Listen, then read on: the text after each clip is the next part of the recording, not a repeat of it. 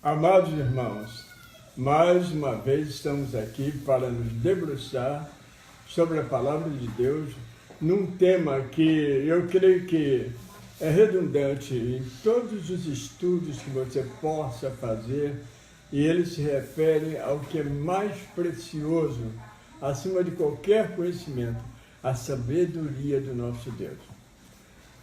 Diz que o princípio de toda a sabedoria é o temor do Senhor. Não é o medo do Senhor, mas o temor, a reverência, a maneira como a gente trata aquele que está acima de todos os conhecimentos. E o apóstolo Paulo, escrevendo, a igreja estava em Roma, e era muito intelectualizado aquele grupo que estava de cristãos em Roma. No capítulo 11, versículo 33, ele disse: ó, profundidade das riquezas, tanto da sabedoria como da ciência de Deus. Quão insondáveis são os teus juízos e quão inescrutáveis os seus caminhos. Veja bem, a gente sempre quer se aprofundar na sabedoria de Deus. A gente pode pedir de Deus inspiração, orientação, direção, porque Ele tem melhor sabedoria. E fala sobre a ciência de Deus. Deus fez a ciência e nós descobrimos na ciência o que nós precisamos. E às vezes levou muito tempo nessa história da humanidade para um Edison inventar a luz, não é? Ou então alguém mais avançado ainda descobrir o Wi-Fi, o que nós podemos fazer com energia. Einstein se debruçando sobre a questão da natureza toda do universo, com tudo que ele pôde fazer, mas a sabedoria de Deus sempre há de nos surpreender. Não é verdade? Então, é interessante notar que alguém ligou para minha filha na Alabama e disse: está muito difícil aqui nos Estados Unidos a gente saber em quem que a gente vai votar. Isso é para um lado que diz muito liberal, a um lado muito conservador. Aonde nós vamos nos postar?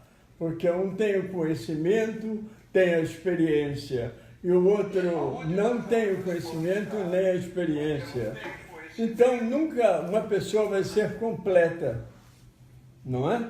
Ninguém vai ter um conhecimento, por exemplo, em qualquer profissão que você se adentrar, você não vai ter um conhecimento numérico igual que você tem um conhecimento verbal, do que é o conteúdo de umas palavras. Os estudantes todos se deparam com isso. Aqui nos Estados Unidos, ninguém vai para um pós-graduação sem passar por Graduate Record Examination. Por que eu estou falando isso? Porque ele tem que fazer uma camada de provas verbais para ver o que ele conhece verbalmente e numericamente. Ninguém pode ter o mesmo índice, mas Deus conhece o numérico e o verbal. Deus conhece o princípio e o fim de todas as coisas. Aí me disseram falaram com a minha filha o seguinte, que Deus usou da sabedoria dele, mas muitos não entendiam, ou então não ouviam. O problema maior é quando a gente não quer ouvir um sábio, né? Desde que lá para cima, Norte Carolina, um camarada estava dirigindo e se perdeu lá no meio daquelas avenidas grandes. Ele saiu saindo para o Country Road, que é um lugar de estrada da roça, e disse: escuta, você sabe onde é que fica a cidade? Vai para a direita ou vai para a esquerda? Aí o roceiro disse para ele: eu não sei. Você sabe onde fica o shopping center? Eu não sei. I don't know. E você sabe onde é que fica a costa? Pro lado oeste da praia? I don't know. I reckon that I don't know. Ele disse: você não sabe nada? Ele disse: well, one thing I know, I'm not lost. Uma coisa eu sei, não sou eu aqui que estou perdido. Muitas vezes a pessoa não quer reconhecer que está perdido, que ele precisava indagar de outra maneira. E a minha filha contou que um estava se repousando aqui na eleição olhando para o donkey. O donkey é o jumento, né? O símbolo democrático. E o outro estava olhando para o elefante, né? E Deus não faz exceção. Até para o profeta ele usou um jumento. Minha filha disse que Deus usou um cobrador de impostos para se converter, como Mateus. Usou um corrupto como um homem que teve vergonha de estar no meio da multidão, teve que subir numa árvore. Como era o nome dele? Zaqueu.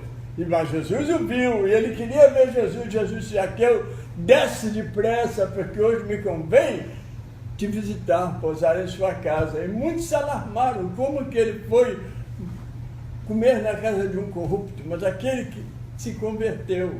A diferença é quando a pessoa reconhece a sua necessidade, reconhece que precisa do conhecimento do nosso Deus Pai, reconhece que precisa de Jesus como Senhor e Salvador, reconhece a orientação do Espírito Santo na sua vida. E nós hoje queremos fazer 3 colocações da sabedoria de Deus, da profundidade de toda a riqueza dessa sabedoria. O primeiro ponto fala sobre um primeiro parâmetro desta sabedoria. Vamos pedir à irmã Ingrid que leia para nós, por favor. A sabedoria do plano pelo qual o pecador é salvo.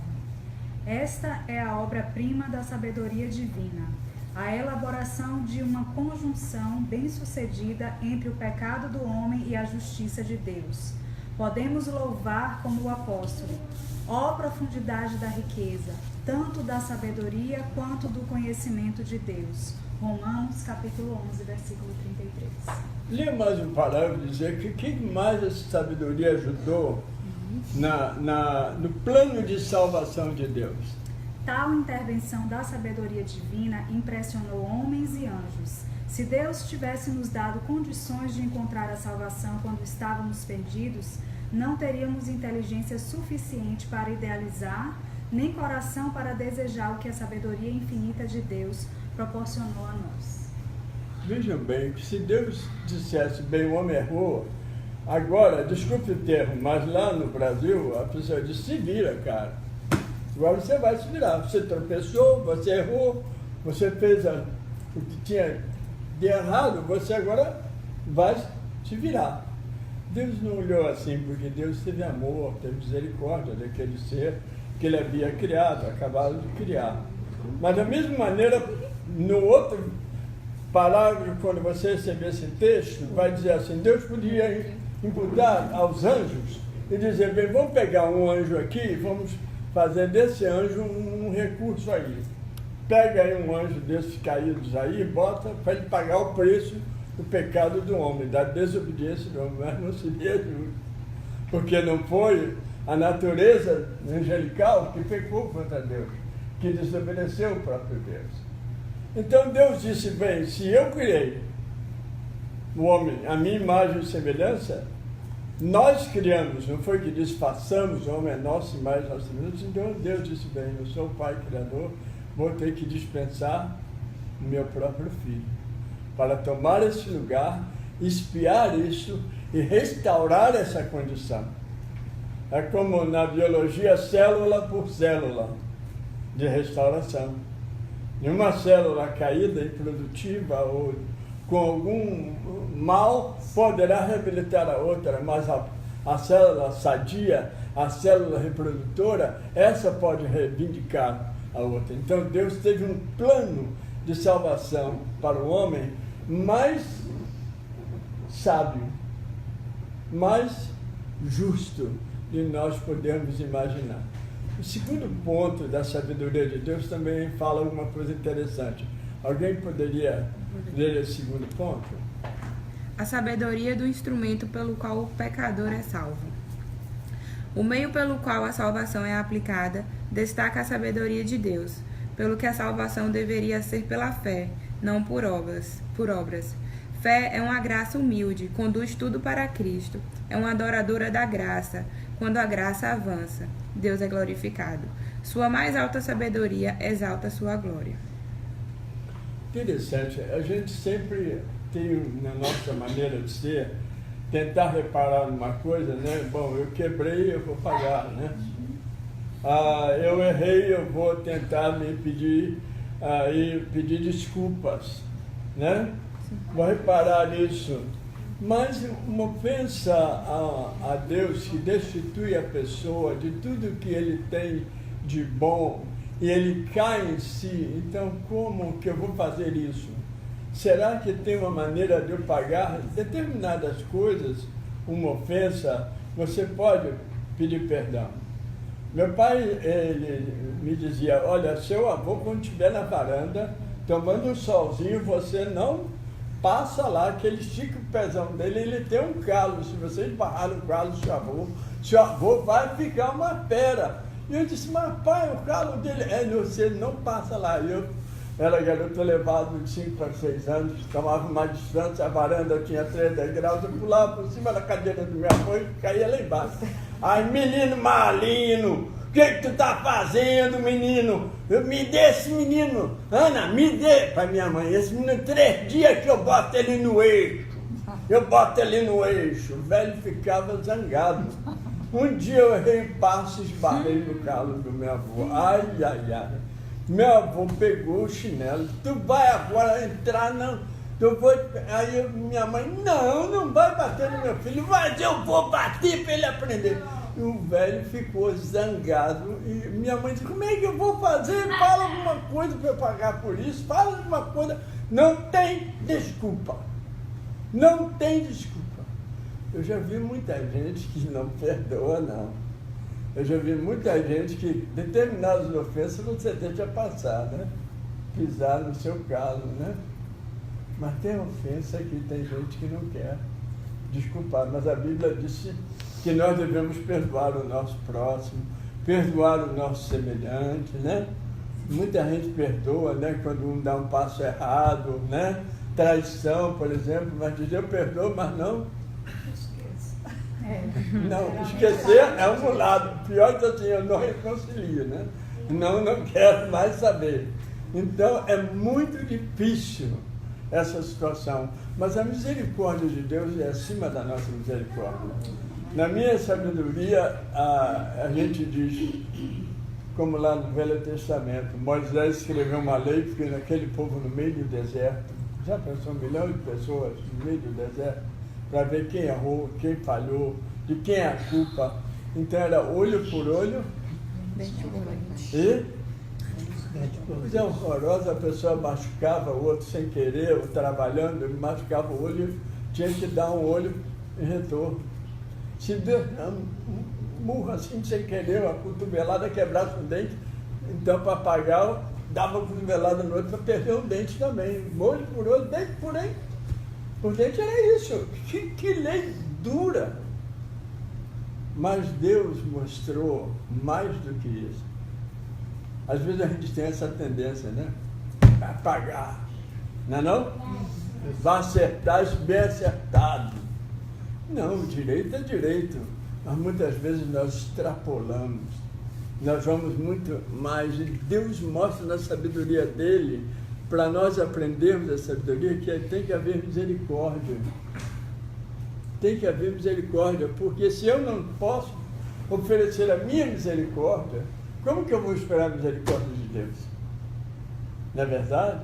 Então, que maravilha esse texto que fala sobre a sabedoria de Deus e quão insondáveis são os seus juízos e quão inescrutáveis os seus caminhos.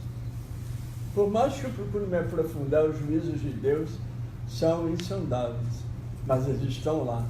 É como um fundo de garantia que a gente tem, inesgotável. E se eu peço a Deus que me dê essa condição de ter misericórdia, Deus vai me dar esse fundo da sua sabedoria de ter a misericórdia. Há um terceiro ponto também na sabedoria de Deus que eu mandei para o seu estudo. Alguém pode ler o terceiro ponto? Isso, eu leio aqui. A sabedoria da maneira em que a fé trabalha. A maneira pela qual a fé opera declara a sabedoria de Deus. ela é ativada pela palavra pregada. A fé vem pela pregação. Romanos 10, 17. Quão fraco é o sopro de uma pessoa para converter uma alma? É como soprar nos ouvidos de um homem morto. Isso é tolice aos olhos do mundo, mas o Senhor ama mostrar sua sabedoria por intermédio daquilo que parece tolice. Deus escolheu as coisas loucas do mundo para envergonhar os sábios. Colossenses 1, 27. Por quê? A fim de que ninguém se vanglorie na presença de Deus. Colossenses 1, 29. Se Deus usasse o ministério de anjos para converter, então deveríamos estar prontos para dar glória aos anjos, honrá-los com a honra que pertence a Deus. Porém, quando Deus utiliza instrumentos fracos, homens que têm paixões semelhantes às nossas, e os usa para converter outros, então claramente percebe-se que o poder é de Deus. Temos, porém, este tesouro em vasos de barro, para que a excelência do poder seja de Deus e não de nós. Segundo Colossenses 4:7. Nisto a sabedoria de Deus é vista, para que ninguém se vanglorie em sua presença. Conclusão. A palavra do Senhor nos diz em Filipenses 4:7, é a paz de Deus, que ultrapassa todo entendimento, guardará o vosso coração e os vossos pensamentos em Cristo Jesus. Um mistério para nós. Já muitas vezes perguntaram no estudo bíblico. Antigamente na igreja tinha, antes do culto, um grupo de acordo com a idade da pessoa, a faixa etária.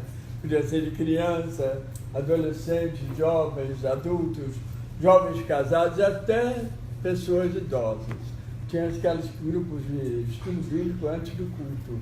Chamava-se Escola Dominical, Sunday School Class. E aí as pessoas faziam perguntas da lição. Você foi desse tempo? Não, não foi. Pouca gente foi desse tempo. Mas tinha o estudo bíblico. E o professor tinha que ter muita habilidade, porque dizia assim, mas por que Deus não escolheu os anjos para pregar o Evangelho? Podia ter escolhido. Deus mandou anjos como mensageiros. E anjo quer dizer mensageiros, ângelos. Tudo bem, ele usou. Mas para a palavra de pregação de boas novas, de salvação, de restauração, como é que uma pessoa que nunca teve uma enfermidade vai dizer que aquele medicamento é bom? Ele pelo menos tem que conhecer alguém que tomando aquele medicamento ficou curado, ficou sarado. O testemunho de uma pessoa, o testemunho de um anjo ia perguntar, você já pecou, você já transgrediu, você já desobedeceu? Ele ia dizer o quê? Não, eu não sei o que é pecado. Então como é que você vem falar, trazer a mensagem de restauração, se você não conhece isso? Se ele dissesse, não, eu já pequei, eu já desobedeci, eu já contrariei, aí eu ia dizer, e aí? Não, peraí, esse conselho também não está bem. Então Deus disse, bem, o que eu vou fazer? Eu vou usar o próprio homem, o homem que teve a desobediência, o pecado, o erro, para mostrar que ele foi restaurado. Né? Quando os 10 leprosos vieram a Jesus, Jesus curou quantos? Os 10, porque voltando um, Jesus disse, não foram os 10 que foram curados? E ele disse, mas só eu voltei para te louvar, para agradecer. E ele disse, você está curado e está salvo. Pode se apresentar ao sacerdote da sua cidade. Então, há uma grande diferença na maneira como a gente transmite a sabedoria de Deus para o plano de salvação, para não nos colocarmos debaixo das boas obras, porque o merecimento, como no segundo ponto nós vimos, é um merecimento que eu vou dizer, eu fiz, eu conquistei, eu me esforcei, eu fiz um sacrifício. Esse merecimento nunca vai cobrir a ofensa feita a Deus, a natureza, a tudo que eu me envolvo nas minhas falhas. Mas quando eu coloco a minha fé vai de volta para Deus. A minha fé é dizer, eu creio no Deus que me fortalece. Né? Paulo mesmo, um homem que perseguiu o Evangelho, quando ele se converteu, passou a pregar o Evangelho. Paulo, perseguidor. E o que Paulo disse aos Filipenses? Capítulo 4, versículo 13, ele disse, posso todas as coisas, ele pode todas, sim, mas naquele que me fortalece. Então, aí aprendemos pela fé. E, finalmente, nós vemos que Deus depende de nós para pregar a palavra, para testemunhar da palavra, para compartilhar a palavra de Deus. E o mundo hoje está sendo muito mal tratado. Eu não aguento mais ver tanto refugiado, mesmo entre eles, tanta gente que é rebelde, que pode trazer males para a cidade aonde ele vai buscar abrigo, mas ali tem crianças, ali tem senhoras, ali tem idosos, ali tem gente que perdeu tudo que tinha na sua cidade, no seu lar, no seu país, está desamparado, está desabrigado, não tem para onde ir, não tem água nem nada para beber, numa barraca de plástico. Eu fico pensando, que mundo é esse? Onde nós estamos? Precisava ter ali uma vontade maior, um desejo maior. Me desculpem, eu vou fazer uma crítica. Por que o mundo tem que gastar bilhões para mandar uma equipe para Marte, se não sabemos nem como isso vai acontecer? Até a sonda derreteu lá, ninguém sabe quantos anos e anos para retornar, se vai ter retorno. Quando o mundo está perecendo calamitantemente, como que olhar aqui perto na África, qualquer um pode tomar um avião ou ir de navio e atravessar e ver crianças comendo terra porque acabou a água, acabou o mantimento. Você viu aquele vídeo? Nós colocamos a criancinha comendo a terra para se alimentar porque está com fome, nua, no chão, comendo a terra. Aonde nós estamos? Onde nós estamos, a minha esposa falou, lá no Brasil tem lugar também que as crianças estão sem comida. No sertão, no Agreste, vocês já viram como está o Agreste do Brasil? Não tem água nenhuma. Não tem nem mandacaru. Que isso? Alguém sabe o que é mandacaru? Uhum. Não tem mais nada, porque eu cortava aquilo e bebia alguma coisa ali de dentro. Tem líquido para matar a sede. Não tem nada disso, ninguém cuida disso. Quem tem que cuidar é o que tem amor de Deus no seu coração. O que conhece a sabedoria de Deus, que tem a misericórdia. Se eu quero a sabedoria de Deus, acima de ser teólogo, acima de ser intérprete da Bíblia, acima de querer explicar os mistérios de Deus, eu tenho de ter a misericórdia. Eu tenho de ter o desejo de salvar o que está perdido. Eu tenho de ter o desejo de realmente restaurar, ajudar.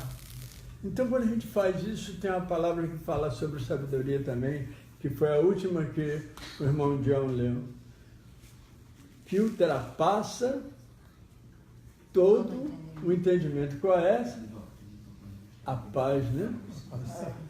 Quando você entra dentro dessa sabedoria, de buscar salvar aquele que está perdido, de não fazer para ganhar as obras, pelas obras das suas mãos, mas pela fé no Senhor, e ainda levar a mensagem de apoio, de misericórdia, de testemunho, de conselho, de dar um alento. Às vezes a gente não pode ajudar, mas pode dar uma palavra de alento àquela pessoa, de conforto àquela pessoa.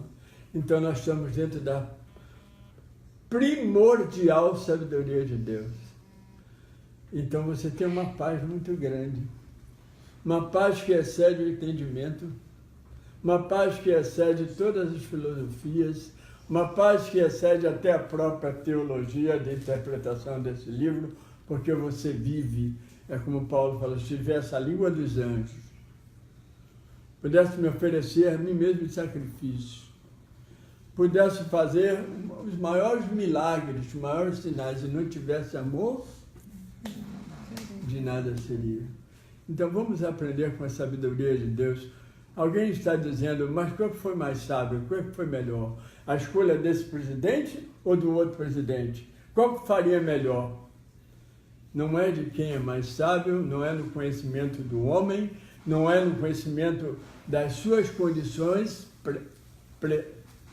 previstas antes, ou naquela condição do partido, que é mais forte, que tem mais condições. Nós temos que nos sustentar, nos abrigar, pedir discernimento para que Deus conduza com sabedoria aqui os Estados Unidos após essa eleição. Lá no Brasil, que Deus conduza com sabedoria quem está à frente do que deve ser feito como justiça, porque em justiça há muito pouca justiça. Há mais impunidade do que justiça. Mas se nós nos curvamos diante de Deus, Senhor Deus, pedindo sabedoria, pedindo discernimento, Ele poderá trazer ao nosso país, ao mundo, o que era antes, um mundo mais abençoado, mais ajudador, mais compromissado em dar a mão àqueles que não têm recursos, que precisam de ajuda, precisam de salvação. Que Deus te abençoe para se adentrar na profundidade da riqueza, da sabedoria de Deus. Amém? Amém. Deus abençoe a todos.